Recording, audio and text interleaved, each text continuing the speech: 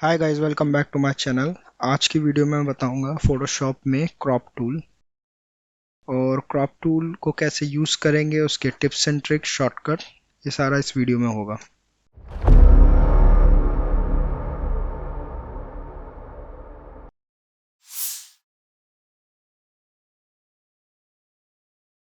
So guys, मैंने अभी reference के लिए एक पिक्चर ली है। आप यहाँ पे क्रॉप टूल देखेंगे, इसका शॉर्टकट सी है। आप प्रेस करेंगे, जैसी प्रेस करेंगे आप ये देखिए क्रॉप टूल के सारे कॉर्नर्स आ चुके हैं। इसमें मैं सबसे पहले आपको बता दूं, अगर आप एक साइड से इसके साइज को इंक्रीज और डिक्रीज करना चाहते हैं तो आपको कीबोर्ड से शिफ्ट प्रेस करना पड़ेगा एंड देन आप इसे ड्रैग करेंगे। ये देखिए, ये सिर्फ एक साइड से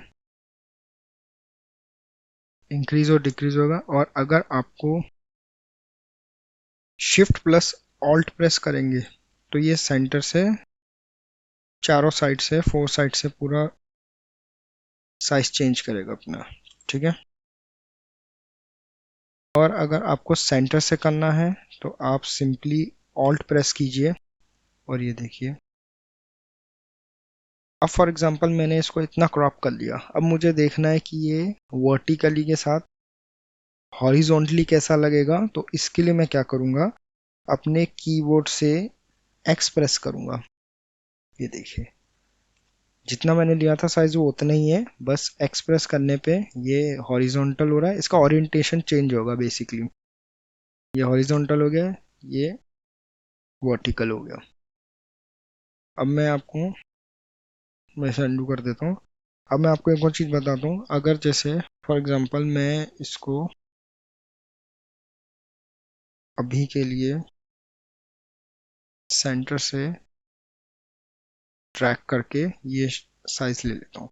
अब मुझे देखना है कि ये जो मैंने साइज लिया है ये ओवरऑल अप्लाई करने के बाद ही कैसा आएगा। मतलब मैं चाहता हूँ कि जो जितना भी साइज मैंने लिया है, कवर किया है, उसके अलावा आउटसाइड का एरिया मुझे ना नज़र आए, ये जितना भी आ रहा है। तो उसके लिए मैं कीबोर्ड से एच प्रेस करूँगा। ये देखिए, जब मैं एच प्रेस करूंगा तो ऐसा प्रीव्यू आएगा कि जितना मैंने एरिया लिया था उतना प्रीव्यू होगा, आउटसाइड एरिया सारा हाइड हो जाएगा। मैं फिर से एच प्रेस करूंगा तो ये वापस आ जाएगा। ठीक है। सो गाइज, मैं चाहता हूँ कि जैसे पर्टिकुलर मैं कोई भी इसकी इमेज का साइज लेना चाहता हूँ। जैसे फॉर एग्जांपल मैं आपको बताता हूँ, जैसे मैंने इतना कर लिया। ठीक है। अब मैं अगर मूव कर रहा हूँ तो आप देख रहे होंगे कि बॉर्डर मूव नहीं हो रही, सिर्फ इमेज मूव हो रही है। मैं चाहता हूँ कि बॉर्डर मूव हो सो डैट इमेज वहीं पर रहे और मैं जितना मैं साइज इसका चाहता हूँ, जितना स्टाइल जैसा मेरे को चाहिए, मैं ऐसे बॉर्डर को मूव करके कर सकूँ। तो उसके लिए मैं क्या करूँगा, कीबोर्ड से पी प्रेस करूँगा। जैसे मैं पी प्रेस करूँगा आप देखेंगे, ये देखिए, ये मैं बॉर्डर मूव कर सकता हूँ। फॉर एग्जांपल मेरे को ऐसे चाहिए, ऐसे कर दूंगा और मैं यहाँ से ओके कर दूंगा तो ये इतना आ गया। ठीक है। अब मैं आपको एक और ऑप्शन बताता हूँ टूल का। अभी के लिए मैं इस इमेज को थोड़ा सा टिल्ट कर देता हूँ, थोड़ा सा ऐसे टिल्ट कर देता हूँ। ठीक है, ये टिल्ट हो गया। अब मैं क्रॉप टूल पे जाऊंगा। अब ये मुझे इमेज को सीधा करना है। फॉर एग्जांपल डिफ़ॉल्ट ही ये पिक ऐसी थी, मेरे को इसको सीधा करना है। अब मैं क्या करूंगा, यहाँ पे स्ट्रेटन टूल आप देखेंगे, यहाँ पे मैं कंट्रोल करके प्रेस करता हूँ। या मैं आपको एक और तरीका बताता हूँ, यहाँ पे मैं बॉक्स लेके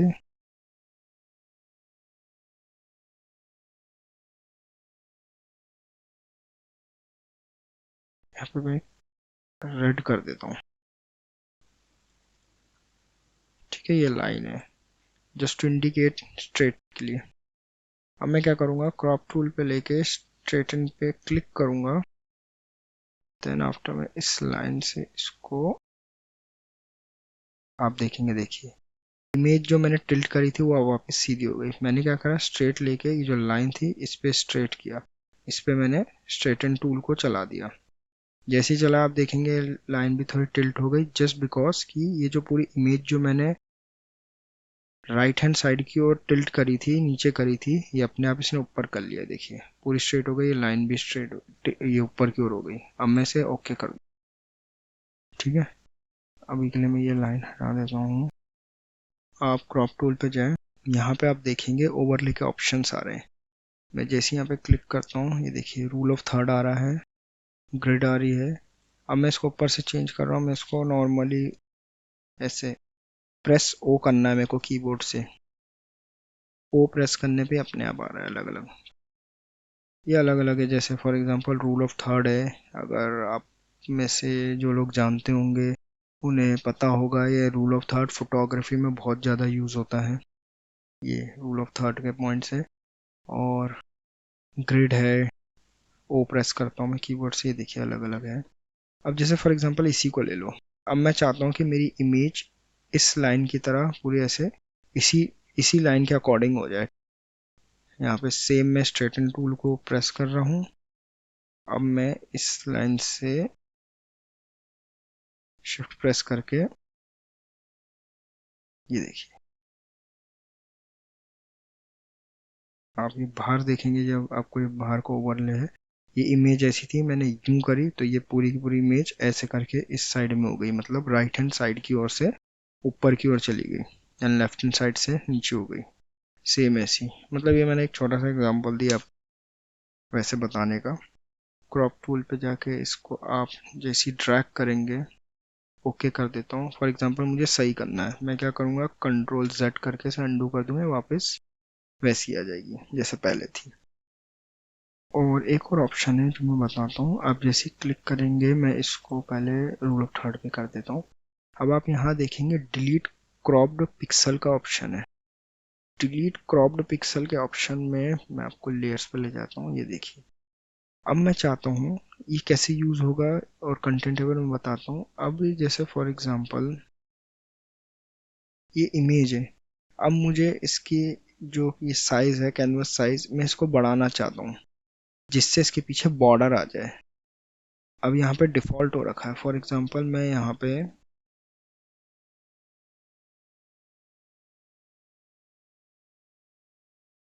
मैं यही कलर ले लेता हूँ, और इसको मैं स्वैप करके बैकग्राउंड में कर देता हूँ, क्योंकि हम जो यहाँ पे बॉर्डर करेंगे ये बैकग्राउंड कलर लेगा उसका, ठीक है।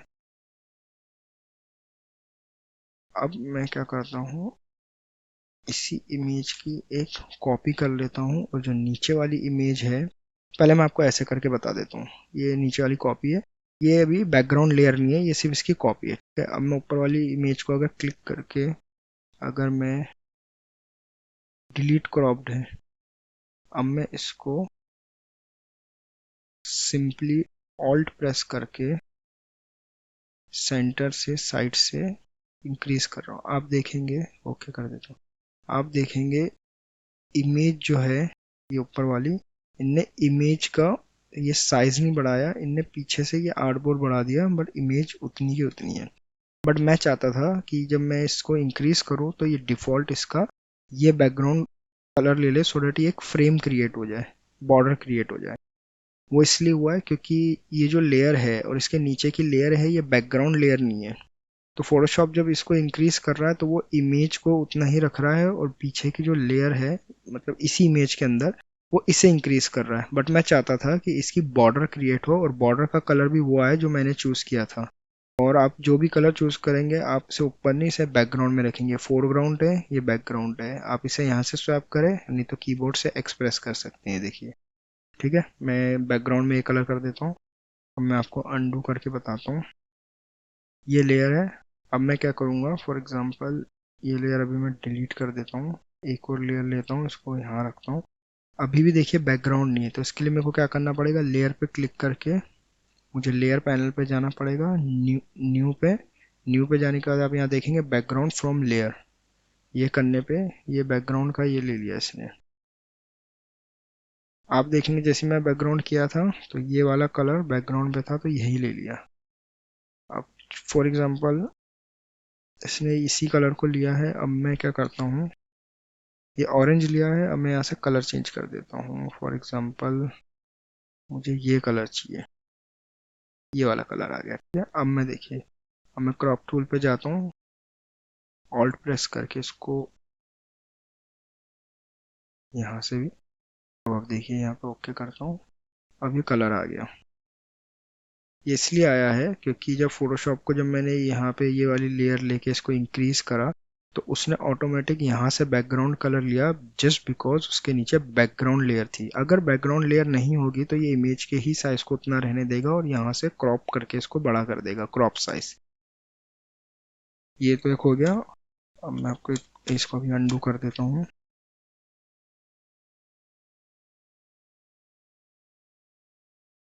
यहाँ पे देखेंगे डिलीट क्रॉप था। अब मैं यहाँ पे कंटेंट अवेयर पे क्लिक कर देता हूँ। अब मैं सेम वैसे ही ऑल्ट प्रेस करता हूँ।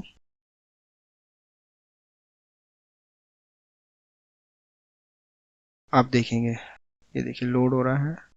लोड होने के बाद इसने फिल कर देगा। ये फिल करने से क्या होगा, कंटेंट अवेयर का वर्क, ये देखिए इसने सारे एरिया बढ़ा दिया। ये इतना था जितना मैंने बढ़ा। मैं वापस अंडू का, तो ये देखिए ये यहाँ से टॉप से इतना ही एरिया था, ये साइड से, और ये यहाँ से बॉटम से भी इतना था। इसने क्या करा, इस एरिया को बढ़ा दिया। कंटेंट अवेयर का काम ये होता है, कंटेंट अवेयर करने से जो पास का एरिया होता है वो उसे कॉपी करके उसे ब्लेंड कर देता है, मर्ज करके एरिया निकाल देता है, जैसे अभी हुआ ये, क्योंकि यहाँ पे मैंने क्लिक किया था। इसका एक छोटा एग्जांपल एक और दे देता हूँ मैं आपको, और अच्छे से आपको पता लग जाएगा। ये मैंने क्रॉप टूल किया। अब मैं क्या करूँगा,